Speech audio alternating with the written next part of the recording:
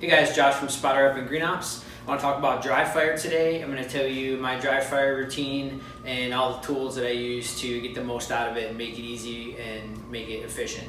So first things first, right? You need your gun, your mags, your belt. Keep all the live ammo elsewhere. Keep it in another room. Keep it locked up. Just make sure you've got no live ammo anywhere. Can't emphasize that enough. If you do this often in dry fire, it's very easy to just get complacent. Don't do that. Check all your mags, check all your ammo.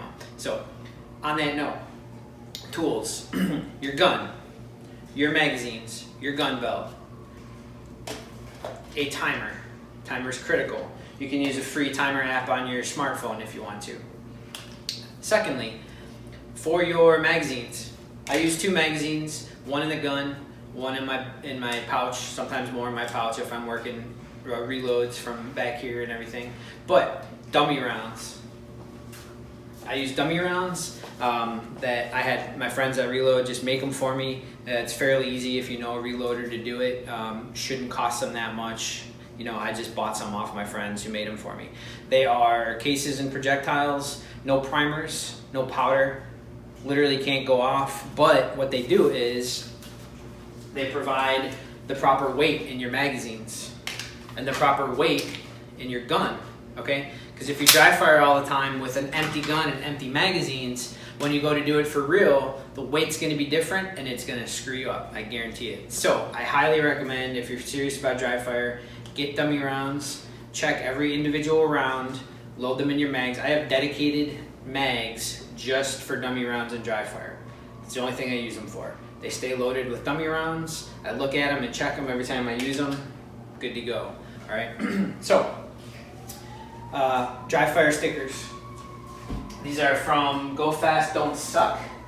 You can get a pack of these stickers, all different sizes, partial targets, head targets, steel challenge targets, whatever you want. They're vinyl, and the stickiness on the back is magic.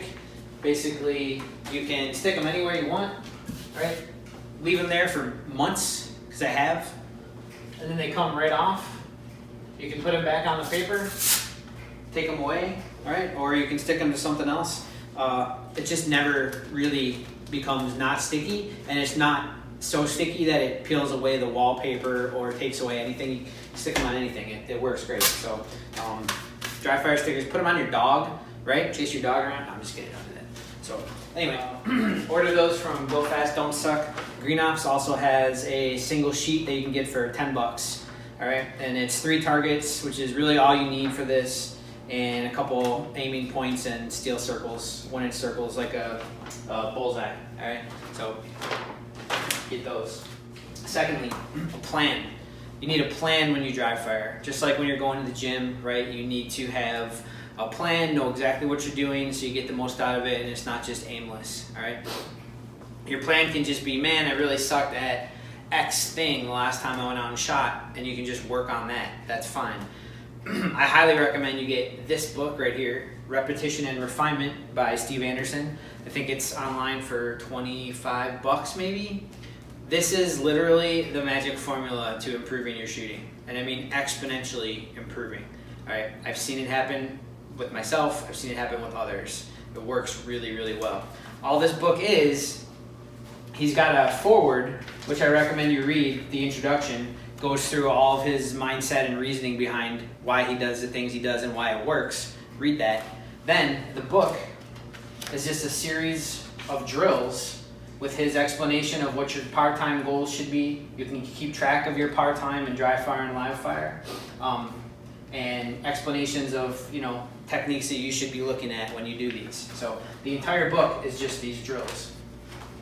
If you're looking to improve your classification in USPSA, do drills 1 through 10 or 1 through 12. Do those regularly. You will skip a class within a few weeks, maybe a couple months, depending on how you're doing it. You will rapidly improve your skills. So my main dry fire program that I've been doing for the last year or so is mostly just drills 1 through 12 in this book.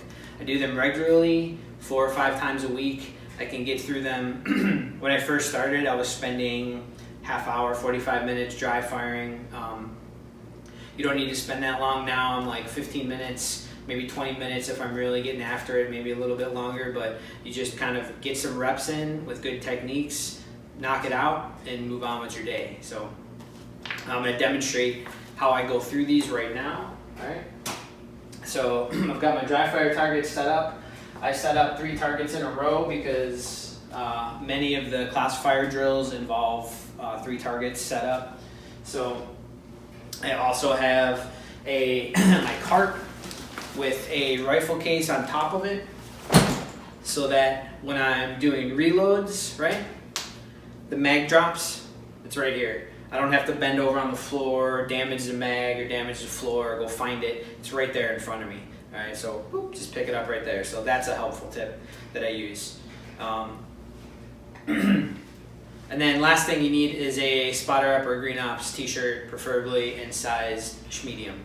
That's critical. Don't forget that. All right, guys, I'm gonna go through the first 10 drills in the book right now. For every one of these drills, I am drawing and propping the trigger. My finger's going on the trigger to the wall, wherever the wall is in your trigger, if you have one. I'm not breaking the shot, all right? I'm just putting my finger on the trigger and taking up the slack, all right? I'm not going past that. So it's a good way to, you really learn your trigger really well doing this. And if you dry fire a lot, you don't want to get in the habit of breaking a shot every time you draw. It's just a bad habit. You don't want to be in that habit, right? You want to make the conscious decision to shoot, not just do it automatically. So, all right, I'm gonna go through the first 10 drills. I'm gonna do them at my par times. So when you do these, find a par time that is about where your baseline is, and then start knocking tenths off that to push your times, to force yourself to go faster and faster until the wheels fall off, all right? You'll find your limit, and that's good to know. You wanna know where that limit is, and then you can use video to look at yourself and diagnose, say, oh, I'm wasting time on the draw, my hands are moving slow, there's a lot of unnecessary movement that's inefficient. Diagnose stuff like that, because then you can correct those things, and that's how you increase your times. Find where those corners are that you can cut off and make yourself efficient.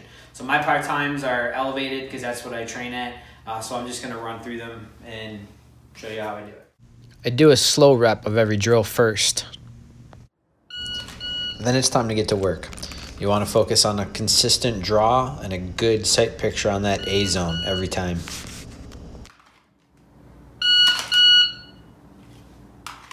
Make sure you're putting your support hand at your index point. I use my belly button, I karate chop it. It really helps with a consistent draw, consistent grip, and a good sight picture right from the beginning every single time.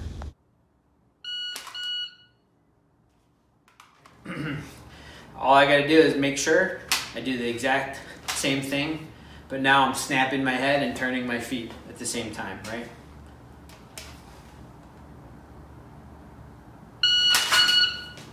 Okay.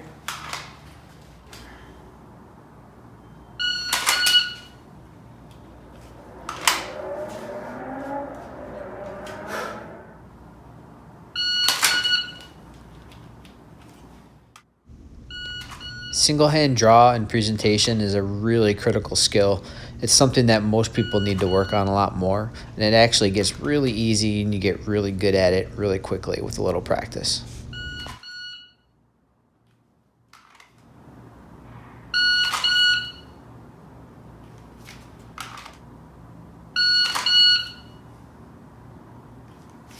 Now we go into Burkett reloads.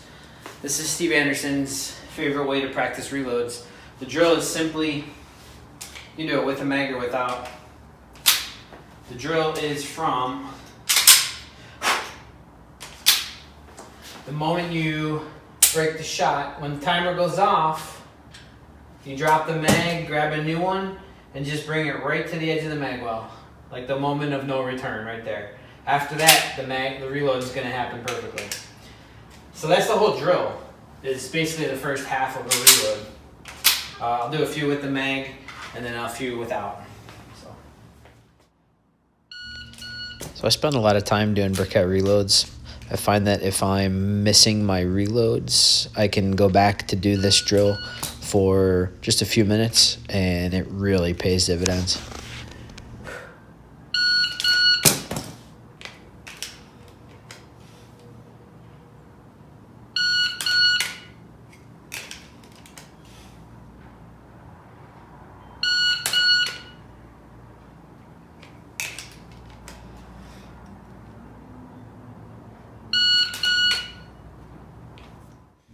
Now it's time to start putting it all together. 222, reload, 222. Gotta get a clean reload and a clean draw.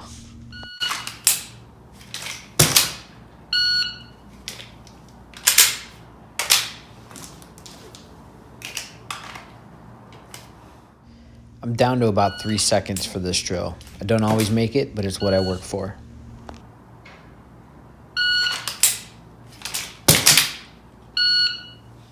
Be honest with your trigger press and your sight pictures. Your goal is to call good shots on every target.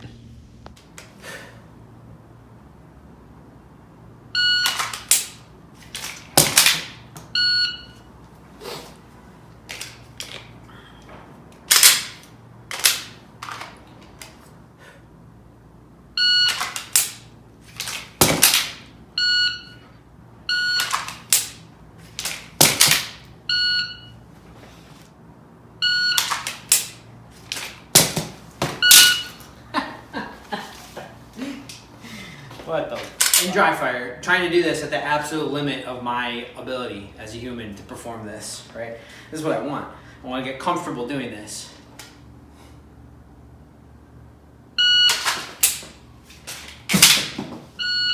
All right, not bad. All right, that one felt good.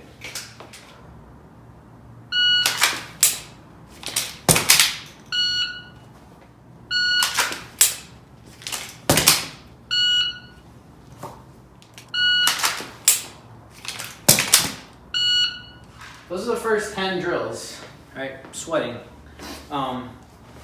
We've been doing this about 20 minutes. Not even 20 minutes.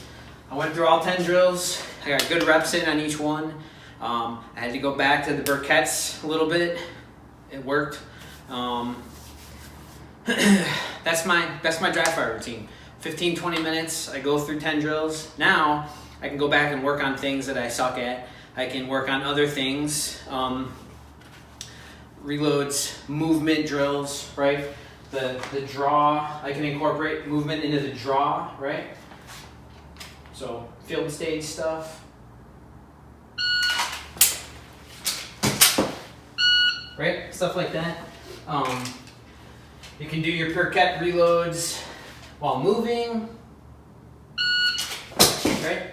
Focus on stuff like that. Good skills to work on, right? Stuff like that. Sometimes I have targets over here, I've got targets over there. I'll set up part-time to do the 222, reload 222, and I'll do it all while moving, right? I'll start from over here, draw into it, 222, reload, shoot those on the move, stuff like that. So you change it up, add movement. The book has another 30 drills, all different, involving movement. I'll do some of those sometimes, but this is the core routine that I do just for basic fundamental gun handling and shooting skills. Getting the gun out and the sights aligned on target in front of your eyes as fast as possible, that's half the battle, right? Once you're there, now you're just shooting stuff, right? And then all this transition work, training your eyes and the sights to follow and your trigger finger to follow. Transitions is what an entire stage is, right? That's everything, is all the transitions, right? A lot of the transitions just happen to have walking and, movement between them, right? So, yeah, it's good to incorporate that movement into your dry fire too when you can. Right? Especially if you've got to run long distance, take your hand off the gun and enter into another position. If you've got enough space, you can work on that stuff too. But the key is use a timer, find your baseline, and then start pushing beyond it. Right? Push beyond it till the wheels fall off, then bring it back, diagnose why you can't push beyond that, and try and correct it and push through it. If you have video, you can send it to people for remote coaching, right? Post it up, say, hey, what's the problem here? Why am I screwing this up? People will be like, oh, well, when you reload, bring your elbow to your rib cage, so it's always in the same place. So the mag well is always in the same place, for instance, right? That's one thing that I try and do on these static reloads, bring it here. And while moving, this helps keep it secure too, right? Mag well, pointed at the mag pouch, always in the same place as opposed to out here somewhere. So that's a tip. Yeah, that's it. That's dry fire routine. So let me know if you have any questions. Let me know what you think. And thanks for watching.